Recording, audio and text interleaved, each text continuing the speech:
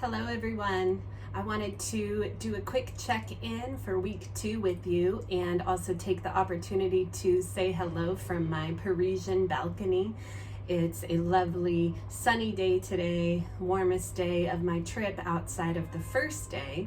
Of course, not as warm as y'all are back in Tennessee, but nice and pleasant here.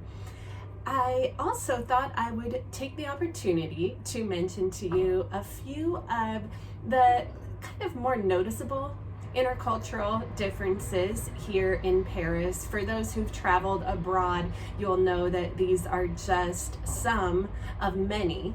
But let's see, since I've been here, a few things I've noticed. Of course, a lot of people think of Paris as very high fashion, and I would say that's true. People tend to look good when they're walking around here. But one difference I noticed in fashion is that a lot more women and young women were wearing nylons here, which is something that I personally don't see as much of in the US. I mean, you see it with certain fashion styles, but I've seen it here more across kind of different types of fashion and expression.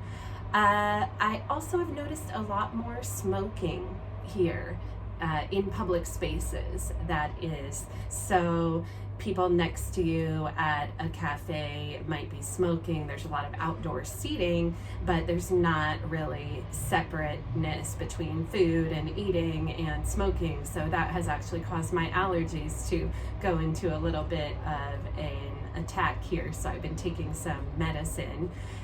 Also at restaurants, there is more sidewalk dining. Of course, this is the nice part of the year, but one of the difference is that the seats are set up to face the street as opposed to facing one another. So that was interesting. And then the streets themselves, of course, are differently oriented. So instead of a grid of squares like many of us in the United States are used to, the blocks here are mostly in triangles. And in Paris specifically, the streets radiate out from the Arc de Triomphe landmark.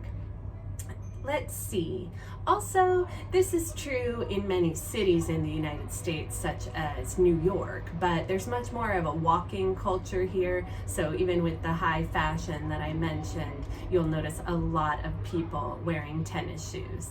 And one final difference I noticed, since I needed to buy allergy medicine because of the smoking and maybe the air quality as well in such a big city was affecting my allergies. So I went to a drugstore, but I found out that most drugstores here are more specifically drugstores. And what I mean by that is that there are lots of little pharmacies on the street that you can go to. And they don't sell food, they don't sell snacks, they don't sell towels and home objects and all the things you might find in a Rite Aid or Walgreens in Tennessee. Instead, they just sell medicines over the counter and the ones that you need prescriptions for.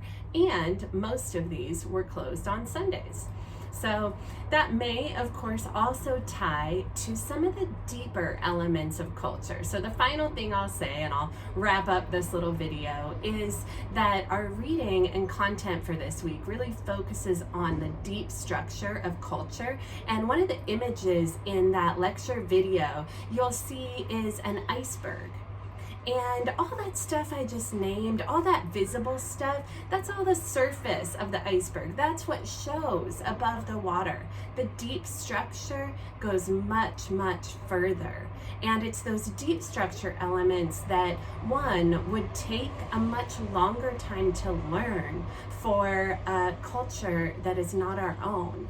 But two, which for the culture that we're raised in, are often kind of taken for granted, like we don't really even think about them. And so in some ways, those deep structure elements relate to things like ethnocentrism, potentially racism, a lot of cultural conflicts, attitudes about gender, sexuality, yada, yada, yada, because those are the kind of elements that go unseen and unnoticed without careful investigation.